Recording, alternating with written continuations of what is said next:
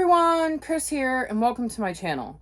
For today's 5 on Friday, I am going to be doing a round of seasonal covers. Obviously, this time around, I'll be doing fall. If you haven't watched my summer covers video, basically what I do is I take 5 books on my TBR and I judge them solely based on their covers. I look for covers that give me fall vibes. I will then explain why they give me fall vibes, and I will go into the books blind and then hopefully read them during the season they are referencing. And then I will do a wrap-up where I talk about what the book was about and whether the book was actually set in the season that the cover gave me the vibes of. My summer cover wrap-up should be up next week, hopefully. But for now, let's dive into fall. So the first cover on my list is Crenshaw by Katherine Applegate.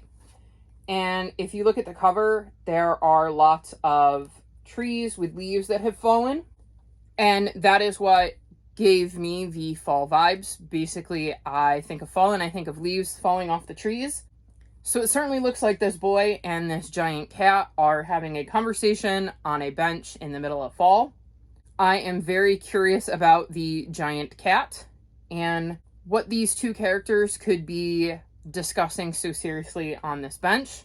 I also just think this is a pretty cover in general, though it probably helps that purple's my favorite color. I've heard a lot of good things about Katherine Applegate, so I'm excited to be able to finally check out one of her books. The second book I chose is Ban This Book by Alan Gratz.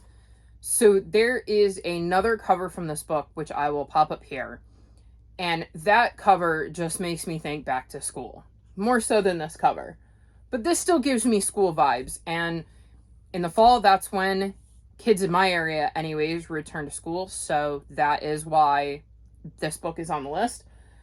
I'm going to assume that these 3 kids are going to be dealing with books getting banned in their school and having to try to fight back against books getting banned for what they seem as silly reasons. I'm looking forward to seeing if this book is set in the first few months of school during the fall, and what books are getting banned and why these kids feel like they have to fight back.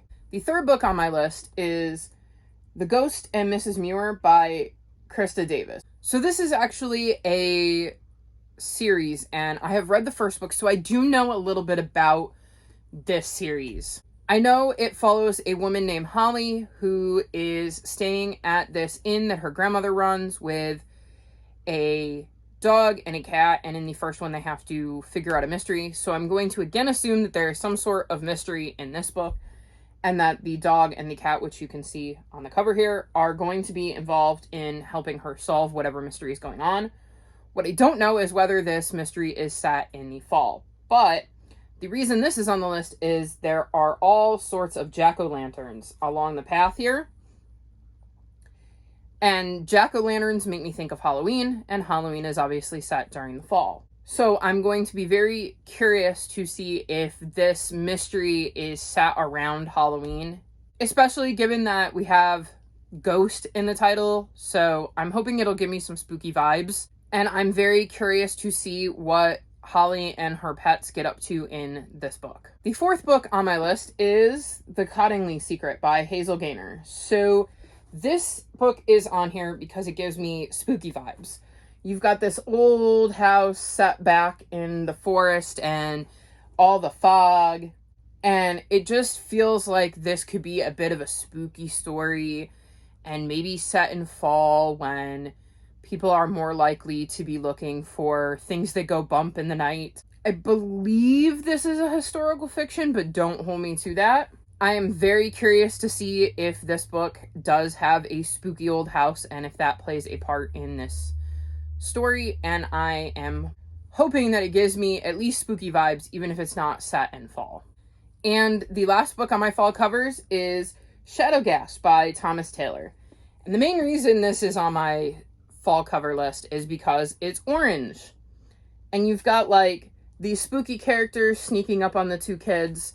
And this is the 3rd book in the Eerie on Sea series, and you have no idea how hard it was when I got this to not read what it was about and immediately pick it up and devour it. I am so looking forward to reading this book. I have really enjoyed the first 2 books in the series, but The moment I saw the cover, I went, yeah, that gives me fall vibes. I'm not going to be able to read what it's about or pick it up quite yet. So I'm hoping to get to this sooner rather than later, as like I said, I've really enjoyed the first 2 books in the series. And both of them have a bit of spooky to them, in my opinion. So I'm hoping that, again, this will at least have spooky vibes if it isn't actually set in fall, because I love reading more spooky books when it comes to fall time, just because it feels like the right time of year to do that. Either way, I'm sure I'm going to love this book, and I can't wait to pick it up. So these are my fall covers. What is a book that is on your TBR whose cover gives you fall vibes? If you've made it this far in the video, leave me fall emojis. Like this video and subscribe to my channel, and I'll talk to you next time. Bye!